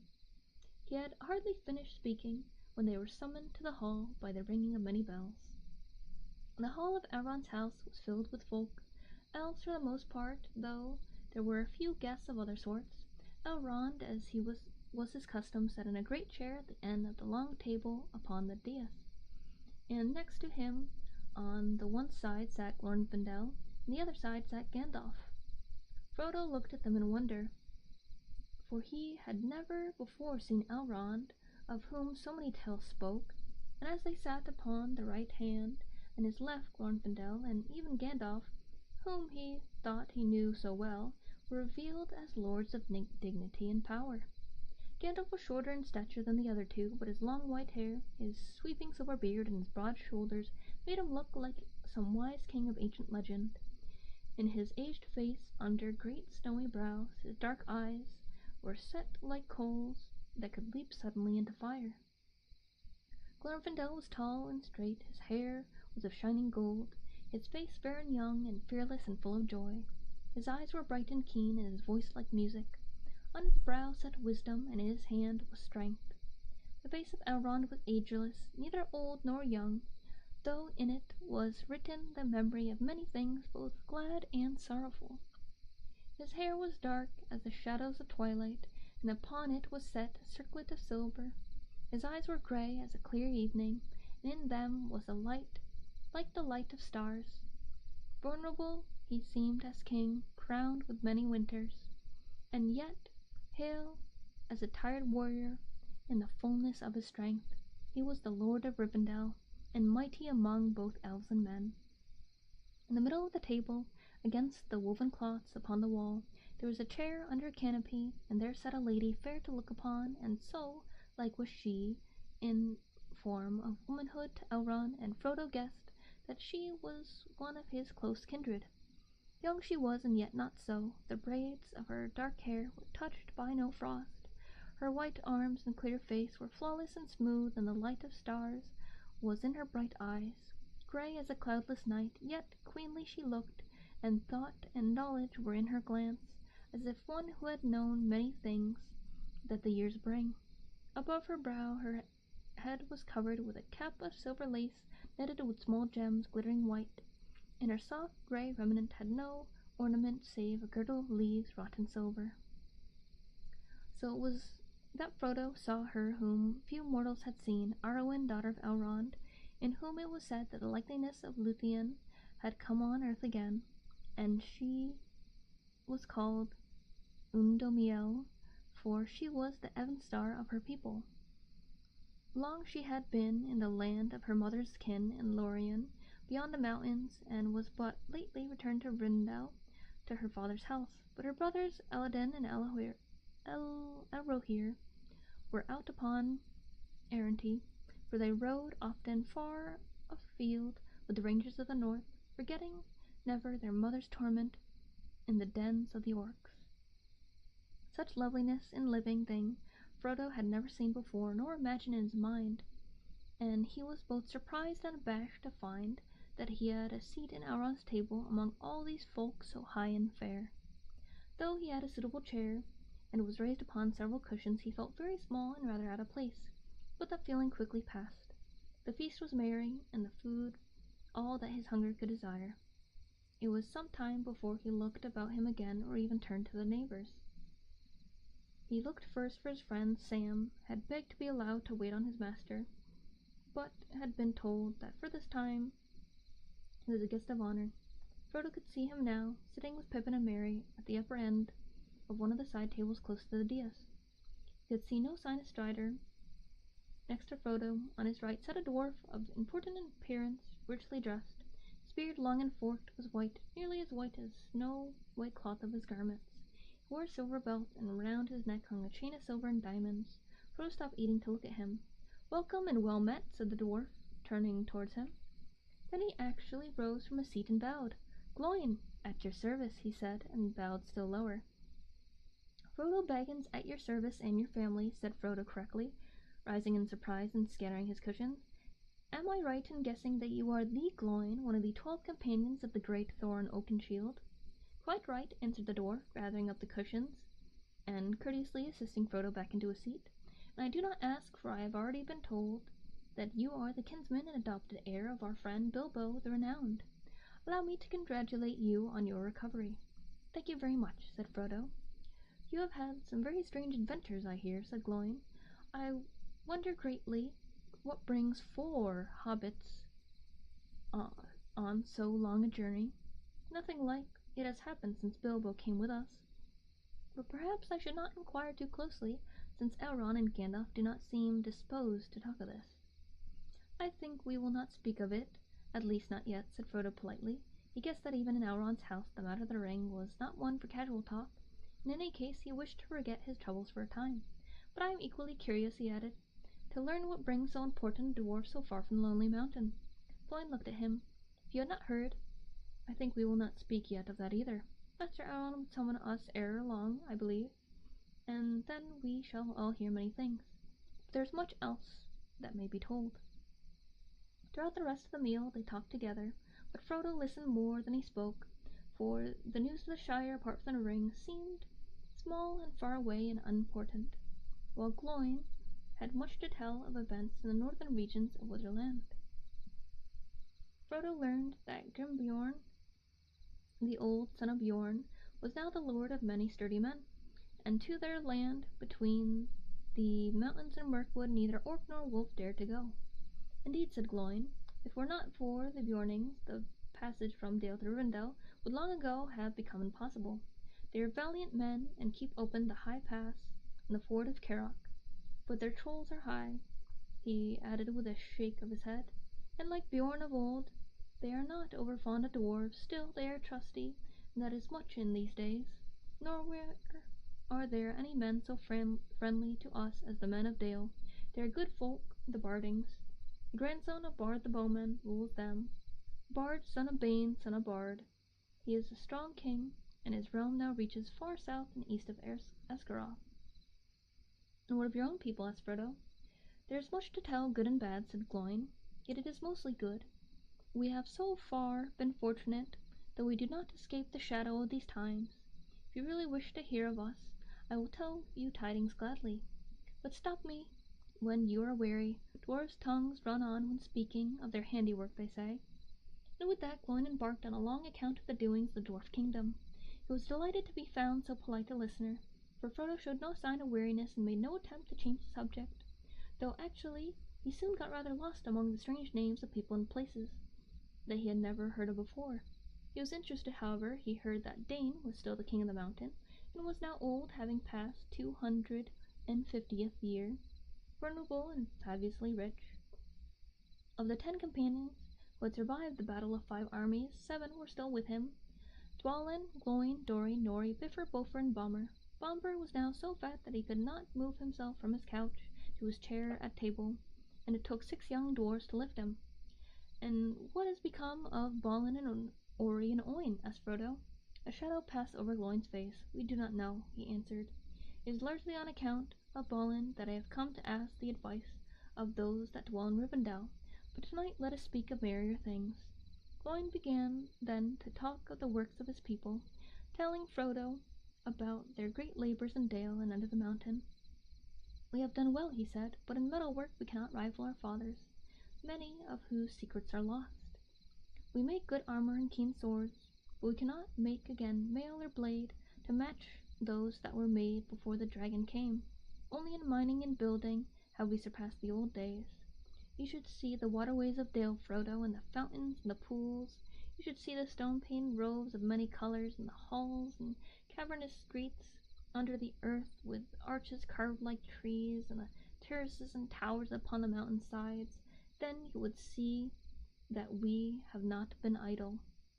I will come and see them if I can, said Frodo. How surprising Bilbo would have been to see all the changes and the desolation of Smaug. Gloin looked at Frodo and smiled. You were very fond of Bilbo, were you not? He asked. Yes, answered Frodo. I would rather see him than all the towers and palaces in the world. I'm going to take a sippy. There it is. And I will be right back really quick. Really quick.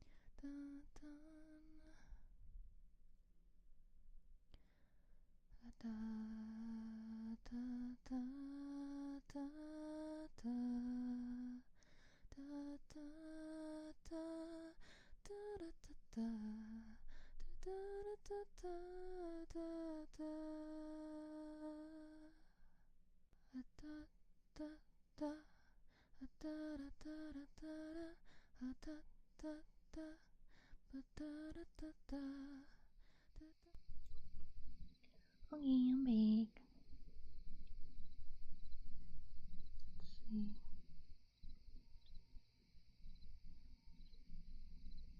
At length the feast came to an end.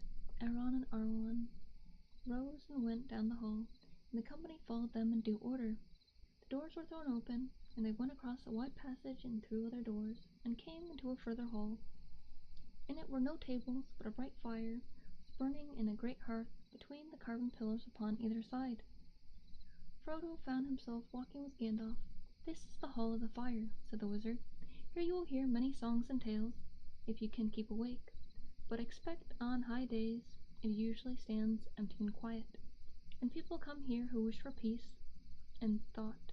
There's always a fire here, all the year round, but there is little other light."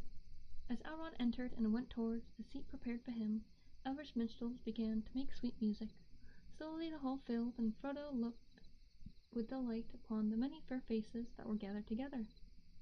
The golden firelight played upon them and shimmered in their hair. Suddenly he noticed, not far from the further end of the fire, a small dark figure seated on a stool with his back propped against a pillar. Beside him on the ground was a drinking cup and some bread. Frodo wondered whether he was ill, if people were ever ill in Rivendell, and had been unable to come to the feast. His head seemed sunk in sleep on his breast, and fold on his dark cloak was drawn over his face. Elrond went forward and stood beside the silent figure. "Wake, little master," he said with a smile. Then, turning to Frodo, he beckoned to him. "Now at last the hour has come you have wished for, Frodo," he said. "Here is a friend that you had long missed." The dark figure raised its head and uncovered its face. "Bilbo!" cried Frodo, with sudden recognition, and he sprang forward. "Hello, Frodo, my lad," said Bilbo. "So you have got here at last. I hoped you would manage it. Well, well. So all this feasting is in your honor, I hear. I hope you enjoyed yourself." "Why weren't you there?" cried Frodo. "And why haven't I been allowed to see you before?" "Because you were asleep. I have seen a good deal of you. I have sat by your side with Sam each day. But as for the feast, I don't go in for such things much now. And I had something else to do." "What were you doing?" "Why, sitting and thinking. I do a lot of that nowadays. And this is the best place to do it in, as a rule." "Wake up, indeed," he said, cocking his eye at Elrond. There was a bright twinkle in it, and no sign of sleepiness that Frodo could see. "Wake up, I was not asleep, Master Elrond. If you want to know, you have all come out from your feast too soon, and you have disturbed me in the middle of making up a song. I was stuck over a line or two, and was thinking about them, but now I don't suppose I shall ever get them right. There will be such a deal of singing that the ideas will be driven clean out of my head. I shall have to get my friend Dunedain to help me." "Where is he?" Elrond laughed. "He shall be found," he said. "Then you two shall go into a corner and finish your task, and we will hear it and judge it before we end our merrymaking." Messengers were sent to find Bilbo's friend, though none knew where he was, or why he had not been present at the feast. In the meanwhile, Frodo and Bilbo sat side by side, and Sam came quickly and placed himself near them. They talked together in soft voices, oblivious of the mirth and music in the hall about them. Bilbo had not much to say of himself. When he had left Hobbiton, he had wandered off aimlessly along the road or in the country on either side, but somehow he had steered all the time towards Rivendell. "I am here without much adventure," he said, "and after a rest I went on with the dwarves to Dale, my last journey. I shan't travel again. Old Balin had gone away. Then I came back here, and here I have been. I have done this and that. I have written some more of my book, and of course I made up a few songs. I sing them occasionally just to please me, I think, for, of course, they aren't really good enough for Rivendell. And I listen and I think. Time doesn't seem to pass here, it just is. A remarkable place altogether. I hear all kinds of news from over the mountains and out the Shire, but hardly anything from the Shire. I heard about the ring, of course. Gandalf had been here often. Not that he had told me a great deal. He had become closer than ever these last few years. The Dunedain has told me more. Fancy that ring of mine causing such a disturbance. It is a pity that Gandalf did not find out more sooner. I could have brought the thing here myself long ago without so much trouble. I had thought several times of going back to Hobbiton for it, but I'm getting old, and they would not let me. Gandalf and Elrond, I mean. They seemed to think that the enemy was looking high and low for me, and would make mincemeat of me if he caught me tottering about in the wild. And Gandalf said the ring had passed on Bilbo. I would do no good for you or to others if you tried to meddle with it again. Odd sort of remark, just like Gandalf. But he said he was looking after you, so I let things be. I am frightfully glad to see you safe and sound. He paused and looked at Frodo doubtfully. Have you got it here? He asked in a whisper. I can't help feeling curious, after all I heard. I should very much like just to peep at it again. Yes, I've got it, said Frodo, feeling a strange reluctance. It looks just the same as it ever did. Well, I should just like to see it for a moment, said Bilbo. When he had dressed, Frodo found that while he slept, the ring had been hung about his neck on a new chain, light but strong. Slowly he drew it out. Bilbo put out his hand, but Frodo quickly drew back the ring. To his distress and amazement, he found that he was no longer looking at Bilbo. A shadow seemed to fall in between them, and though he found himself eyeing a little wrinkled creature with a hungry face and bony groping hands, he felt a desire to strike him. The music and singing round them seemed to falter, and a silence fell. Bilbo looked quickly at Frodo's face and passed his hand across his eyes. I understand now, he said. Put it away. I am sorry. Sorry you have come in for this burden. Sorry about everything. Don't adventures ever have an end? I suppose not. Someone else Always has to carry on the story. Well, it can't be helped. I wonder if it's any good trying to finish my book. But let's worry about it now. Let's have some real news. Tell me all about the Shire.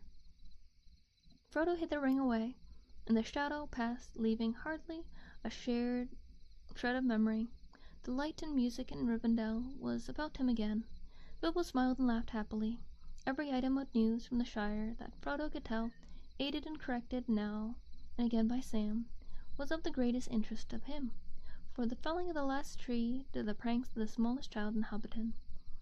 They were so deep in the doings of the 4 farthings that they did not notice the arrival of a man clad in dark green cloth. For many minutes he stood looking down at them with a smile. Suddenly Bilbo looked up.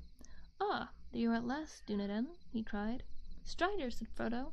"You seem to have a lot of names." "Yes, sweetie." "Well, Strider is one that I haven't heard before, anyway," said Bilbo. "What do you call him that for?" "They call me that in Bree," said Strider, laughing. "And that is how I was introduced to him." "And why do you call him Dunedain?" said Frodo. "The Dunedain," said Bilbo. "He is often called that here. And I thought you knew enough Elvish at least to know Dunedain, man of the West, Númenórean. But this is not the time for lessons." He turned to Strider. "Where have you been, my friend? Why weren't you at the feast? The Lady Arwen was there." Strider looked down at Bilbo gravely. "I know," he said, "but often I must put mirth aside. Elladan and Elohir have returned out of the wild unlooked for, and they had tidings that I wished to hear at once." "Well, my dear fellow," said Bilbo, "now you've heard the news, can't you spare me a moment? I want your help in something urgent. Elrond says this song of mine is to be finished before the end of the evening, and I am stuck. Let's go off into a corner and polish it up." Strider smiled. "Come then," he said, "let me hear it." Frodo was left to himself for a while, for Sam had fallen asleep. He was alone and felt rather forlorn, although all about him the folk of Rivendell were gathered. But those near him were silent, intent upon the music of the voices and the instruments, and they gave no heed to anything else. Frodo began to listen. At first the beauty of the melodies and of the interwoven words in elven tongue, even though he understood them little, held him in a spell as soon as he began to attend to them. Almost it seemed as if the words took shape and the visions of far lands and bright things that had never yet imagined opened out before him, and the far-lit hall became like a golden mist of seas of foam that sighed upon the margins of the world. Then the enchantment became more and more dreamlike, until— "Oh, hello! Welcome in. Alright, welcome. Hope you are well today. Hope everyone's well today. I give you a shout out really quick. Feel free to get something to eat, to drink, whatever you need, if you so wish. But yes, we are reading Lord of the Rings. We are still on the first book. The Fellowship technically hasn't fully started yet.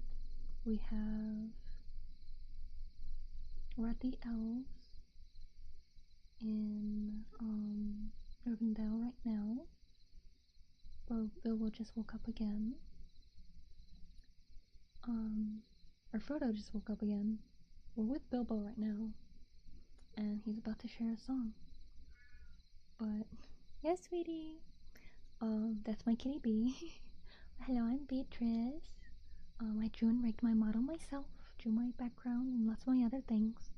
I'm an anime artist, and I do sleep aid ASMR, reading, positive affirmations, games sometimes, and we have community day every Sunday. Yeah, no problem. Do whatever you need to do, and I hope you have a lovely evening as well. Yes, sweetie. Yeah, woke up from your nap? Love you. I'm almost done with this chapter, okay, sweetie?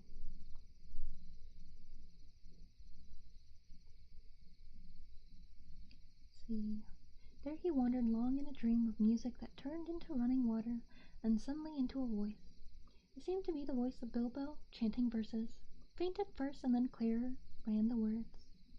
Arundel was a mariner that tarried in Alfbern. He built a boat of timber filled in Imberthil to journey in. Her sails he wove of silver fair, of silver ware her lanterns made. Her prow was fashioned like a swan, and light upon her banners laid. In Penelope of ancient kings, and chained rings he armoured him. His shining shield was scored with runes, to ward all wounds and harm from him. His bow was made of dragon horn, his arrows shorn of ebony. A silver was his habergeon, his scabbard of Lactony. His sword of steel was valiant, of adamant his helmet tall, as eagle plume upon his crest, upon his breast an emerald. Beneath the moon and under star he wandered far from northern strands, bewildered on enchanted ways beyond the days of mortal lands. From gnashing of the narrows ice where shadows lie on frozen hills, from neither heaths and barren waste, he turned in haste and roving still. On starless waters far astray, at last he came to night of naught, and past and never sight he saw of shining. Yes, sweetie. Of shining shore, nor light he sought. The winds of rave come driving him, and blindly in the foam he fled. From west to east an errandless, under herald by homeward sped. There flying Eldwing came to him, and flame was in the darkness lit, more bright than light of diamond the fire upon his carcanet. The Cimaril she bound on him, and crowned him with the living light, and dauntless then, with burning brow, he turned his prow, and in the night, from otherward beyond the sea, there strong and free a storm arose, a wind of power in Tamriel, by paths that seldom mortal goes. His boat it bore with biting breath, as might of death across the grey, non-forsaken seas distress, from east to west he passed away. Through ever night his back was borne, on black and roaring waves that ran o'er leagues unlit and founded shores that drowned before the days began, until he heard on strands of pearl, where ends the world, the music long, their ever foaming billows roll, the yellow gold and jewels wan. He saw the mountains silent rise, where twilight lies upon the knees of Valinor and Eldamar. Yes, sweetie. Behold afar beyond the seas. A wanderer escaped from night, and haven white he came at last to elven home, the green and fair, where keen the air, where pale as glass. Beneath the hill of Ilmarine, a glimmer in the valley sheer, a lampet towers of Terrien, a mirrored of the shadow mere. He tarried there for errantry, and melodies they taught him, and sages old him marvels told, and harps of gold they brought to him. They clothed him in elven white, and 7 lights before him sent, and through the Cal serene to hidden land forlorn he went. He came unto the timeless halls where shining fall the countless years, and endless reigns the elder king of Ilmarine and mountain sheer. And words unheard were spoken then of folk of men, elven king, beyond the world where vision showed, forbid to those that dwelt therein. A ship that new they built for him, a mithril of elven glass, with shining prow, no shaven oar, nor sail she bore on silver mast. The Cimaril on lantern light and banner bright, with living flame, to gleam therein of Elbereth herself was set, who thither came, and wings immortal made for him, and laid on him undying doom, to sail the shoreless skies, and come behind the sun and light of moon. From Alfbern's lofty hills, where softly silver fountains fall, his wings him bore a wandering light beyond the mighty mountain wall. From world's end and he turned away, and yearned again to find afar his home, through shadows journeying, and burning as an island star. On high above the mist he came, a distant flame before the sun, a wonder ere the waking dawn, where grey the Norwin waters run. And over middle earth he passed, he heard at last the weeping sore of woman and the elven maids in elder days and years of yore. But on him mighty doom was laid, till moon should fade and orb with star, to pass and tarry nevermore on hither shores where mortals are. Yes. Forever still a herald on errands that should never rest, to bear his shining lamp afar of Famifer in Winterness. The chanting ceased. Frodo opened his eyes and saw that Bilbo was seated in a stool in a circle of listeners, who were smiling and applauding. "Now we had better have it again," said the elf, Bilbo got up and bowed. "I am flattered, Linder," he said, "but it would be too tiring to repeat it all." "Not too tiring for you," the elves were laughing. "You know you are never tired of reciting your own verses. But really we can't answer your question at one hearing." "What?" cried Bilbo. "You can't tell which parts were mine and which were Dunedain's?" "It is not easy to tell the difference between two mortals," said the elf. "Nonsense, Lindar," snored Bilbo. "If you can't distinguish between a man and a hobbit, your judgment is poorer than I imagined. They're as different as peas and apples." "Maybe to sheep other sheep no doubt appear different," laughed Lindor, "or to shepherds, but mortals have not been our study. We have other business." "I won't argue with you," said Bilbo. "I am sleepy after so much music and singing. I leave you to guess if you want to." He got up and came towards Frodo. "Well, that's over," he said in a low voice. "It went off better than I expected. I don't often get asked for a second hearing. What did you think of it?" "I am not going to try and guess," said Frodo, smiling. "You needn't," said Bilbo. "As a matter of fact, it was all mine. Except that Aragorn insisted on me putting in a green stone. He seemed to think it important. I don't know why. Otherwise, he obviously thought the whole thing rather above my head, and he said that if I had the cheek to make verses about Arundel and the House of Elrond, it was my affair. I suppose he was right." "I don't know," said Frodo. "As a matter of fact, it was I don't know," said Frodo. "It seemed to me to fit somehow. Though I can't explain, I was half asleep when you began, and it seemed to follow on from something that I was dreaming about. I don't understand that it was really you speaking until near the end." "It is difficult to keep awake here until you get used to it," said Bilbo. "Not that hobbits would ever acquire quite the elvish appetite for music and poetry and tales. They seem to like them as much as food or more. They will be going on for a long time yet. What do you say to slipping off for some more quiet talk?" "Can we?" said Frodo. "Of course, this is merry-making, not business." "Yes, it is."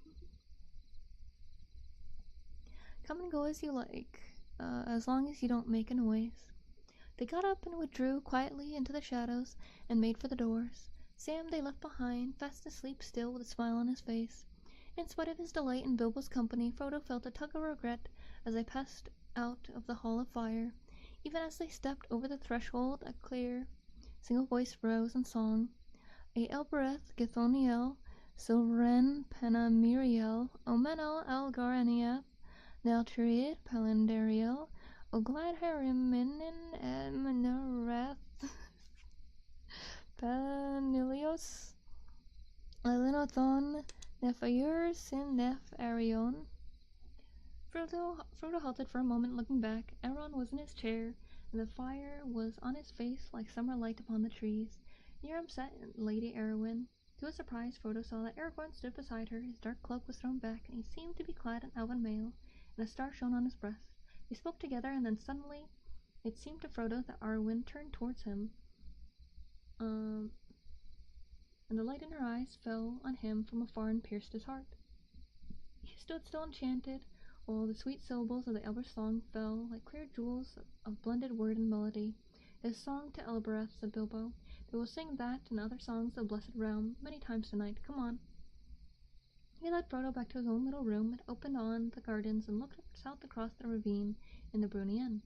There they sat for some while, looking through the window at the bright stars above the steep climbing woods, and talking softly. They spoke no more of the small news of the Shire far away, nor of the dark shadows and perils and that encompassed them, but of the fair things that had seen in the world together, of the elves, the stars, of trees, and the gentle fall of the bright year in the woods. At last there came a knock on the door. "Begging your pardon," said Sam, putting in his head, "but I was wondering if you would be wanting anything." "And begging yours, Sam Ganji," replied Bilbo. "I guess you mean that it is time your master went to bed." "Well, sir, there's a council early tomorrow, I hear, and he only got up today for the first time." "Quite right, Sam," laughed Bilbo. "You can trot off and tell Gandalf that he had gone to bed. Good night, Frodo. Bless me, but it has been good to see you again. There are no folk like hobbits after all, and real good talk. I'm getting very old, and I begin to wonder if I should ever live to see your chapters of our story. Good night. I'll take a walk, I think, and look at the stars of Elbereth in the garden. Sleep well." We had finished that chapter, and with that, I think we will end for now. We have reached 2 hours, which I think we have been doing consistently with the readings. I feel like every time I read The Lord of the Rings, it's 2 chapters and 2 hours. It somehow works quite well. Thank you for the lollipop, Martin. But yes, B is also calling. I suppose she would like some food or possibly some just time together. But let's see if there's anybody I can raid.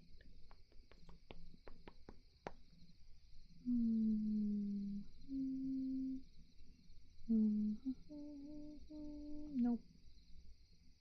None that I know. Well, I shall leave you guys then.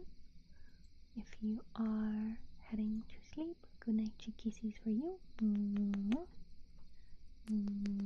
Thank you guys again for joining me, and I hope you guys enjoyed more of the reading. If this is your first time popping in, if you go to YouTube, you can see my VODs of the other chapters if you would like to go through those. I should probably make it into a playlist. I should do that. But that will be all for today. And I love you guys very, very much. And I'll see you. I need to make my schedule for next week. But I'll see you eventually. Hopefully tomorrow or the next day. We shall see. Because next week is Christmas week. So it's gonna be kind of hectic. People doing things. Lots of things. Oh yeah, tomorrow we'll have community day. We're gonna watch some Christmas movies. I don't know which yet. It depends on what I can find. Oh yeah, also hello. 안녕하세요. Sorry I didn't see you earlier. Or say hi earlier because I was reading. But yeah, tomorrow we'll watch some movies and it will be fun. Love you guys. Bye bye bye. Yeah, you.